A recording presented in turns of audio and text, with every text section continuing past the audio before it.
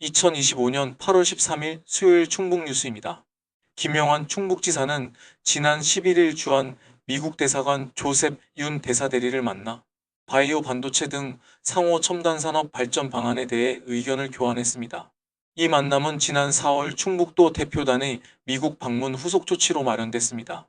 충북도와 충북사회복지공동모금회는 12일 오송 서남하루에 아너소사이어티 명예의 전당을 설치하고 제막식을 가졌습니다. 김 지사는 아너소사이어티 명예의 전당은 대한민국 나눔 문화의 중심으로 오송역과 서너마루를 찾는 이들에게 감동과 영감을 전하게 될 것이라고 말했습니다. 80주년 광복절 경축식이 오는 15일 오전 10시 청주예술의 전당에서 열립니다. 도립교향악단의 사전 공연을 시작으로 국민의례 기념사 유공자 포상, 경축사 만세삼창 경축공연 순으로 진행됩니다. 충북도는 12일부터 15일까지 중국 호남성 의료 및 기업 관계자 방문단을 초청하여 의료관광 활성화를 위한 교류의 장을 마련했습니다. 이번 방문단은 충북도의 선진 의료 시스템과 풍부한 관광 자원을 직접 체험하며 양 지역 간 협력 방안을 모색할 예정입니다. 개막 40일을 앞둔 2025 제천국제 한방천 연물산업 엑스포가 전시체험 공연 관람객 유치 등 행사 준비가 순조롭게 진행되고 있습니다. 대통령 직속 국정기획위원회는 13일 대국민보고 대회를 열고 이재명 정부 5년간 국정운영 청사진을 공개할 예정인 가운데 중부내륙특별법 청주공항 민간 활주로 등 충북지역 핵심 현안이 포함될지 주목됩니다. 충북도와 각 시군이 철도 인프라 확충에 사활을 걸고 있습니다. 청주와 보은군에선 청주국제공항에서 보은군을 거쳐 경북 김천으로 이어지는 경기도 동탄 경북 김천 철도 사업을, 제천에서는 수도권 광역철도의 제천 연장이 지역사회의 최대 현안으로 떠오르고 있습니다.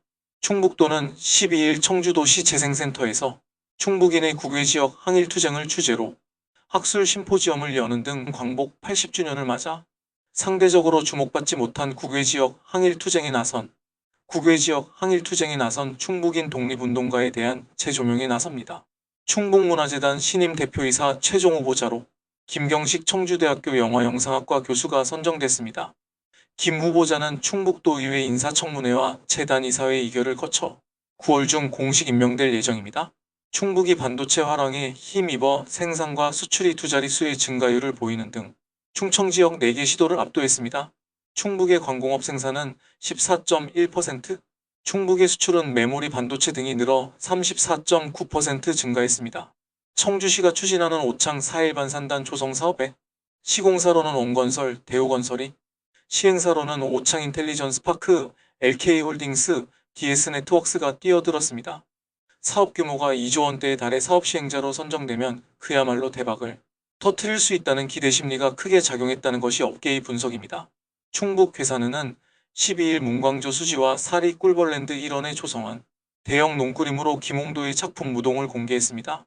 괴산군은 18년째 농그림을 만들어 지역 주민과 방문객들에게 색다른 볼거리를 선보이고 있습니다. 충청권 전역에 불법 숙박업소가 근절되지 않으면서 관광객 안전이 사각지대에 놓였습니다.